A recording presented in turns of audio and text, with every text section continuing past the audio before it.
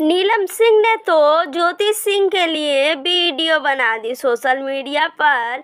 ये वीडियो काफ़ी ज़्यादा वायरल हो रहा है। सबसे पहले वीडियो को लाइक करें और चैनल को सब्सक्राइब करना बिल्कुल ना भूलें। जी हाँ, सैया मिले लड़कैया गाने पे नीलम गिरी जी ने इतना खूबसूरत वीडियो बनाया। कुछ लोग तो कह रहे हैं कि ये वीडियो ज्योति सिंह के पास पहुंचा देना चाहिए, क्योंकि ज्योति सिंह के लिए ही ये वीडियो बनाया। वैसे पवन सिंह जी के जितने भी फैंस इस गाने पे वीडियो बना रहे हैं, उस वीडियो को काफ़ी अच्छे खासे व्यूज़ मिल रहे हैं।